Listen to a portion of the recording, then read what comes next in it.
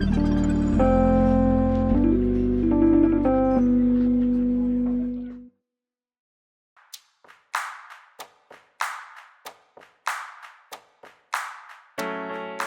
want to support real, actual people who are living with you. That sense of community is just so important, and it's been slowly eroded away over the years of like big box stores and like corporate culture. And I feel like it's a lot easier to see and a lot easier to be mindful of like how you spend your money, where you spend your money, you know, how your money is being used, right? And like what it funds and like what systems you're upholding with like how you spend. And it's a greater conversation. My name is Vanessa Lee. Business name is Reset Reality. I make original art. I also do a lot of like illustration work, and I make stationery. I started in art school technically, which was like 2008 maybe, and then when I moved to New York in 2010, I opened up like a little eptree shop then, and then I've been in business ever since. And initially I wanted to be a graphic designer because that was kind of like my strongest skill. And then that summer before I left for art school, I interned at an advertising agency, and I hated it.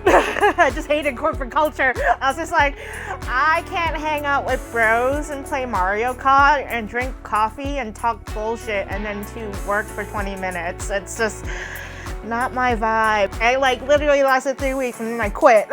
And so I left for art school basically in like an existential crisis, like, oh my God, what the fuck am I gonna do now? And then like I didn't quite figure it out in art school because, you know, a lot of the people were like, oh, you know, the trajectory is like build up your portfolio, you know, cold call galleries, see if you can make connections. So like I'm like, there has to be an alternative, right?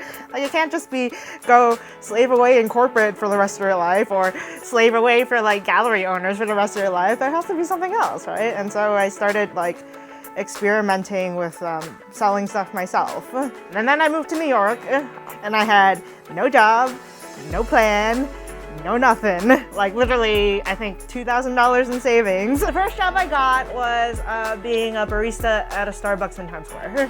Which in that time, my dad was starting to get sick. So my dad immigrated here to the States in like the 1960s. He ended up choosing culinary arts because he had a passion for it and he was good at it. And so he was basically tapped by like some American to be like, hey, your cooking's really great. I want you to come to America. I will sponsor you. I want you to open your own restaurant. So I think my dad was always kind of just like a go-getter, entrepreneurial, kind of creative type anyway. It's like incessant chase to like be himself and like to be free. That's kind of what stuck with me, or I inherited, because I kind of ended up being the same way. Like when I quit Starbucks, I was transitioning into a job at the Cloisters Museum, which is uptown here. I remember calling my mom and be like, look, I have a couple days, you know, I know Dad's sick, like, should I come home? And she was like, no, it's gonna be okay. And like 2 months later, he died. So it was really shitty. And I kind of realized like, I don't think my life isn't going in the direction I wanted to go, and we're all gonna die someday, so maybe I should get back into my art thing. Because like while I was working at Starbucks, I wasn't really doing much for the business. I was working 80 hours a week, like, you know, just to make ends meet. Like, there's no way.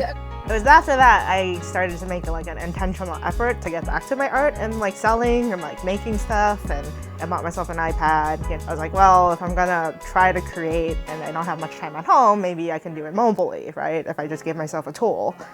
And I just kind of asked my Facebook hive. I was like, hey, Facebook, what am I supposed to be doing with my art right now? Give me something to draw. My high school English teacher, his name was Mr. Robin. He was like, I would like you to draw me a robin, like an American robin. I was just like, okay, let me figure out how I can draw a robin on this thing. And then I posted it up online and everyone loved it. And I was just like, oh, maybe I can like turn this into like a thing. I do like figurative work still, because that's kind of what I did in art school. And then I started illustrating birds, like, you know, 2013, 2014. People come up to your display and they're just like, oh my God, you love birds, you must love birds, you draw them so well. It kind of began as like a curiosity, and now that I observe them and like watch them come to my window and stuff, and like gotten to know other people who love birds, it's just become part of my life.